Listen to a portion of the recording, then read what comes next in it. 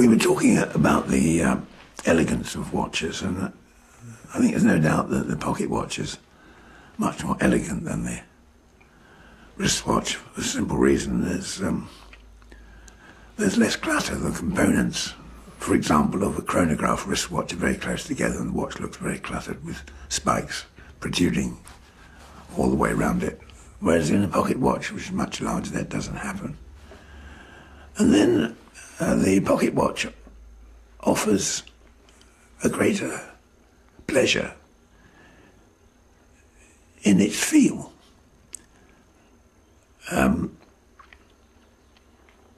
Breguet described some of his watches as savonnettes.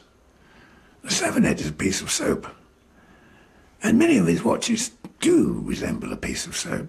They're round and gently tapering at the edges and very smooth to hold, and you can caress them with your fingers. They're nice to feel. Just as some people carry stones sometimes in their pockets. They find a stone they like and they've got a comforting shape. And pocket watches can offer that pleasure.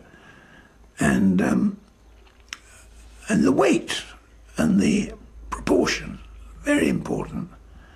In the feel of the watch, nice to feel the watch.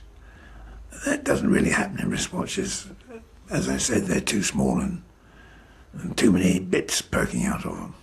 The lugs, the strap lugs and so forth. So the pocket watch has the advantage there in elegance. Unfortunately, it's very nice to wear a pocket watch in a waistcoat. Not many people wear waistcoats now. I'm bound to say that I don't think very highly of anyone who walks down Bond Street without wearing a waistcoat.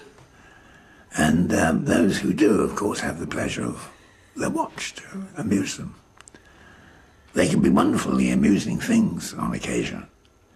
I mean, many of the time I've sat at ponderous, wordy meetings,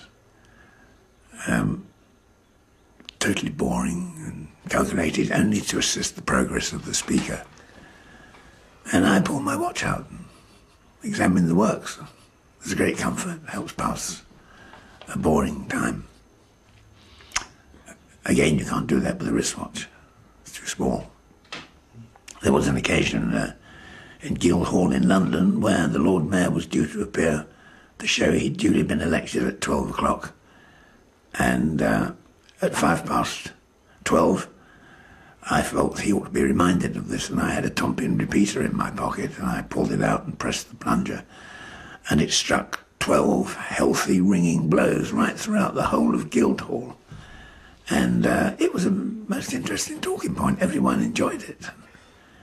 And you see, that's something which, pleasure which only horologists can have, because harness makers and knitting needle manufacturers and carriage makers and the like don't make that kind of noise. They just have to wait until the Lord Mayor's ready to speak to them. But we horologists can command him to appear. He has to come. It's too embarrassing not to come.